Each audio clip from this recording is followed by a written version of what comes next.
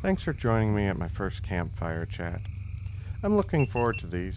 Sure, maybe it's just me ranting, but I think it's important to have some of these chats. I love the Campfire Chats at Reenactments where people sit around talking and enjoying each other's company.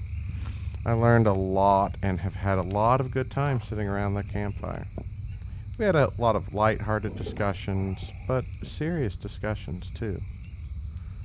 It was just a place we could talk, honestly and openly, realistically, with people who we trusted to respect our opinions, and who knew we wanted to keep being with us and work through any difference of opinions because we are friends and family.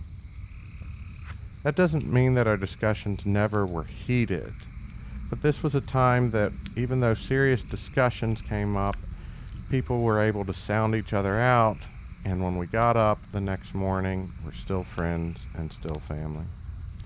And that's what we need to keep America great, is open discord where we can all sit around a campfire and talk.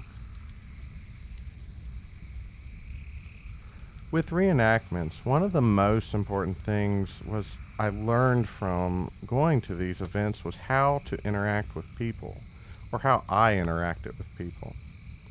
My family and my friends at the reenactments mean the world to me. I go to reenactments to recharge from normal life. Charging across a field and clanging sabers is a good way to release frustrations.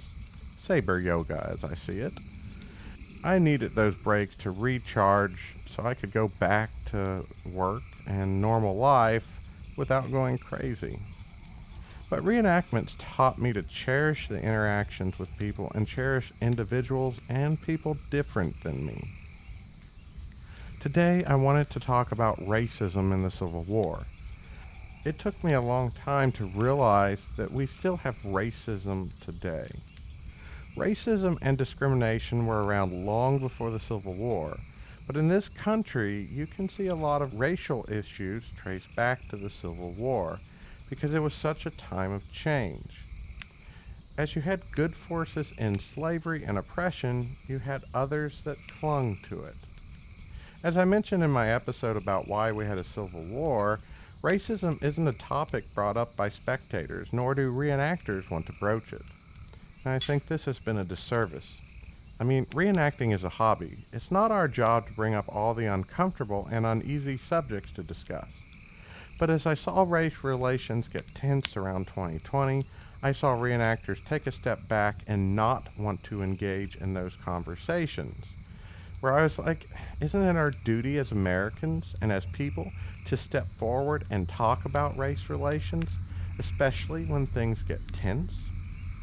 The Civil War is a focal point for race relations, and we are still dealing with those effects today. I grew up in a rural Kentucky area. It's primarily white. Racism was right under my nose, and I never noted it. And with racism, there is sexism and just this fear of people different from what people considered normal. While when talking about the Civil War, we primarily talk about racism's effects on the black population, it is more than that. It's also not just a thing of the past, and that's why I am mad, because it's not just a thing of the past. Reenacting did not break my notion that it was a thing of the past, because I met black reenactors, and they had a good time at events. They even wore Confederate uniforms. Through most of my time as a reenactor, I had nothing to tell me that racism was any more than history. I know I and others in my generation feel very lied to.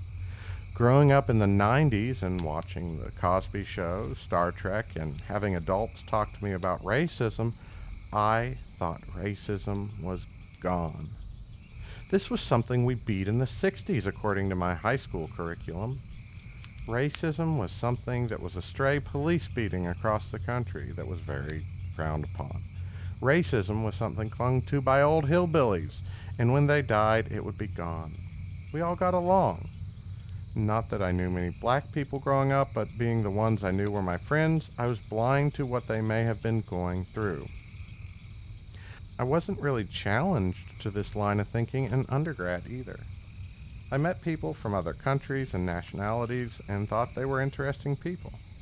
Going through vet school and veterinary school, the profession is filled with talented, strong women.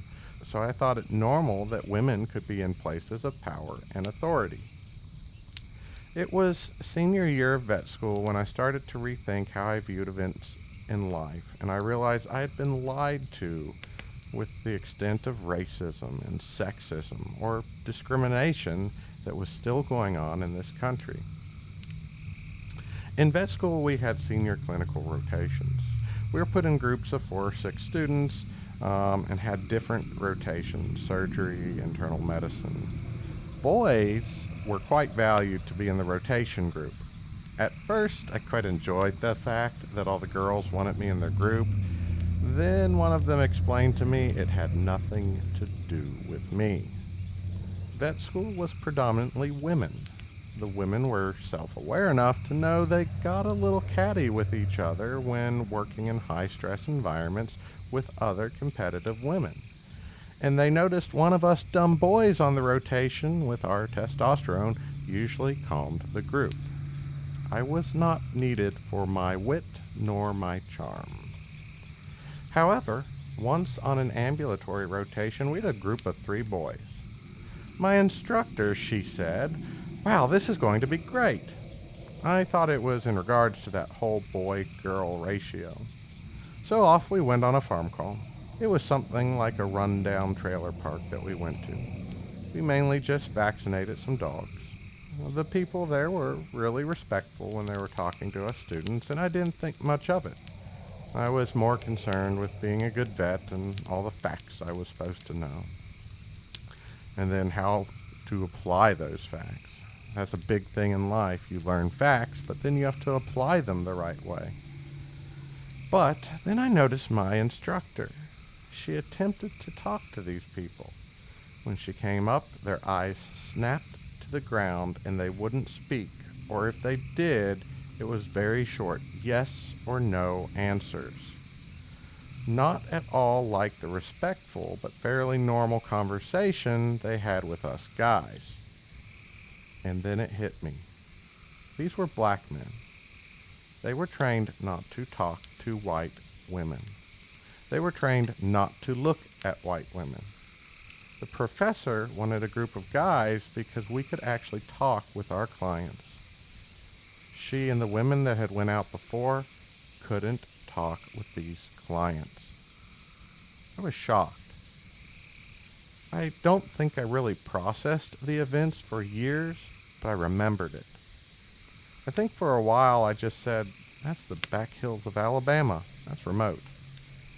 But I remember I did start seeing more things that made me more concerned. Some of which were near the same time.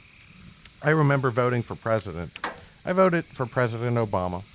I think I did my mail-in vote because I was at school in Alabama. But hearing some of the people in the South talk about Obama, I was taken aback.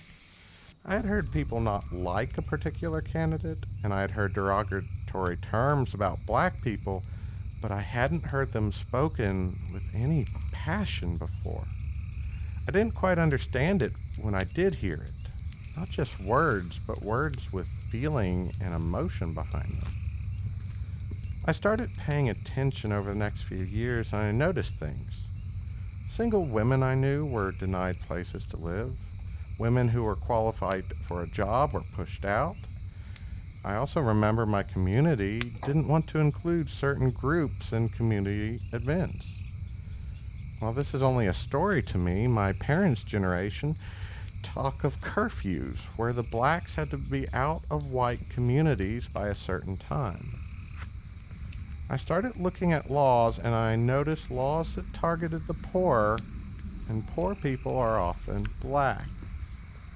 There are divisions in the country. Having studied the Civil War, I realized many of these situations could be traced back to instances of how blacks were treated during and after the war. And while a lot of these instances were ingrained in society before the war, the Civil War is a time where there was a reset, and a lot of society was reset and changed so drastically we can kind of use it as a point to look and see where certain laws came from, where certain institutions grew up from, where certain line of thoughts came up from. And a lot of those didn't always treat blacks well. But to me it seems blacks were just the chosen ones. The ones chosen to be at the bottom. I still feel very strongly this country is mostly divided into the rich and the poor. But I think the mega rich are pitting the average against the poor, and race plays a fact with that. As long as they aren't doing as good as me, I'm still doing okay. As long as the black man, as long as the Mexican, as long as someone is poorer than me, I'm okay. And while there are more racists than I imagined, a lot of it is hardworking people who deserve what they have and deserve to feel good, but maybe don't want to see advantages given to others and aren't going to fight laws that keep others down, even though they are set up unfairly. Some of my ancestors can trace their roots to the founding of Ohio in this country. Those family members have had ups and downs, but none of us were ever slaves. Look, as a white male, I'm doing fine. My parents worked hard and my grandparents worked hard, and I live in the richest country in the world. And when you have generation after generation of that, I have some privilege that shouldn't be taken away from me. It's a generational gift. But it was and is taken away from others unfairly. I want to work and earn where I am, and I don't want to go backwards. But I want myself and my family to work it off our merits, not because of the color of our skin. And no, I'm not for reparations, but I am for eliminating denying someone something because of their heritage. And no, I don't have a solution how to fix such a big problem. But I do think we need meritocracy, or DEI. DEI, I don't think I had heard of it before a few months before the 2024 election. But then I was confused why the right and some of my friends seemed so anti-DEI. I mean, what was wrong with the words diversity, equity, inclusion? And then what was wrong with making sure qualified, diverse people were included in jobs? It sounded much more like affirmative action in Title IX meant to fight discrimination, and I was more familiar with those terms. Like, when I heard DEI, I just thought that was the new term to make sure we weren't discriminating. And what was bad about that? People were like, no, we want people hired by merit. And I'm thinking, people are still hired by merit, but we can't hire people based on their color, or not hire based on their color. DEI just seemed like a government statement. And we need those statements. Governments need those statements. It's just a statement after all. Such programs may or may not work, but we want the sentiment there. Yeah, maybe hiring wasn't working under DEI, but if it isn't, we need to go in and fix it so it does work. The alternative, meritocracy, as I've heard people said, is fraught with problems, just as DEI is. But that's the thing, we're not going to fix it with another word. I don't know how many times I've seen people hired not because of what they can do, but because of who they know. That's meritocracy, and that's not good either. The Trump administration proved to me, as they hired on merit, that this doesn't work. I'm not sorry to say it. RFK Jr. does not belong leading the HHS. He doesn't understand science or medicine. He's actively getting people killed. A few of his good ideas could have been implemented by a better qualified candidate. I'm not in the military, but Pete Hegseth seems like a buffoon leaking military secrets, putting our troops in danger for the media to get short segments of success. The head of FEMA didn't know there was a hurricane season. Elon Musk, in all his efficiency, fired the people keeping our nuclear facilities safe. And when you get down to it, Kamala Harris, Senator, lawyer of California, Vice President of the United States, has a more political resume than Donald Trump. And the thing is, Trump's main qualification was being president before, and he still doesn't seem to know how things work. Who was the DEI candidate? The black woman or the white man who can't quite figure out how the system works? I don't think the DEI candidate was the qualified woman who speaks coherently. I think it was the white man who is afraid of equal competition. I don't care what you call it. We need to hire the most qualified for the job. We shouldn't have been worried about what it is called. DEI, affirmative action, Title IX. We know the government has to put a name to this, but let's just make it work. Let's hire people for qualification and getting a job done well and responsibly. If you get worked up about DEI, you got washed away in the propaganda. If you want meritocracy, you should want DEI because you shouldn't be afraid that you will be outcompeted by someone who looks different than you. And if you are afraid that someone whose skin is different from you is getting chosen unfairly, that's legit if it's true. But every time I looked into the media's accusations of unfair DEI, it wasn't true. There's racism out there. We have to make sure our playing field is equal. If you're the best candidate, you should get hired. But how does this relate to the Civil War? Well, a lot of the problems we see today came from laws and institutions that were turned on their head during the Civil War. What can we learn from Civil War reenactments? Well, maybe all of us working class people should just work together. As you'll see with my channel, the people at Civil War Reenactments all get along.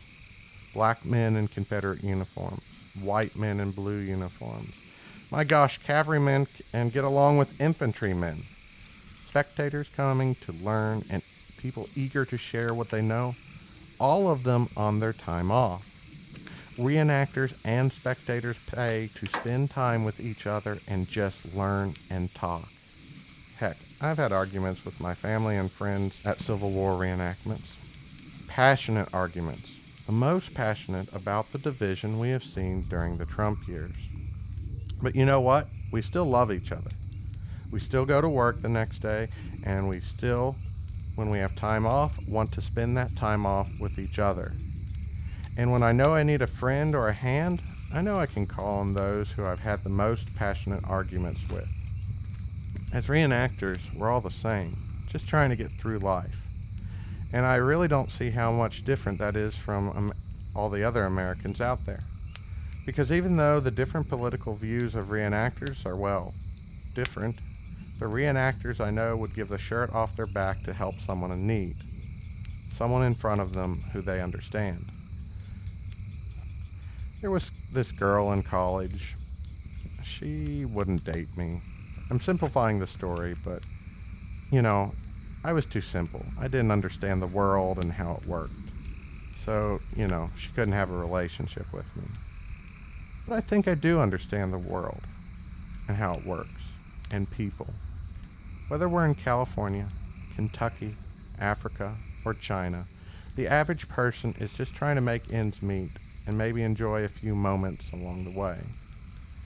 We may want to fight, but let's not fight those that look different than us. Let's fight those that pit us against each other.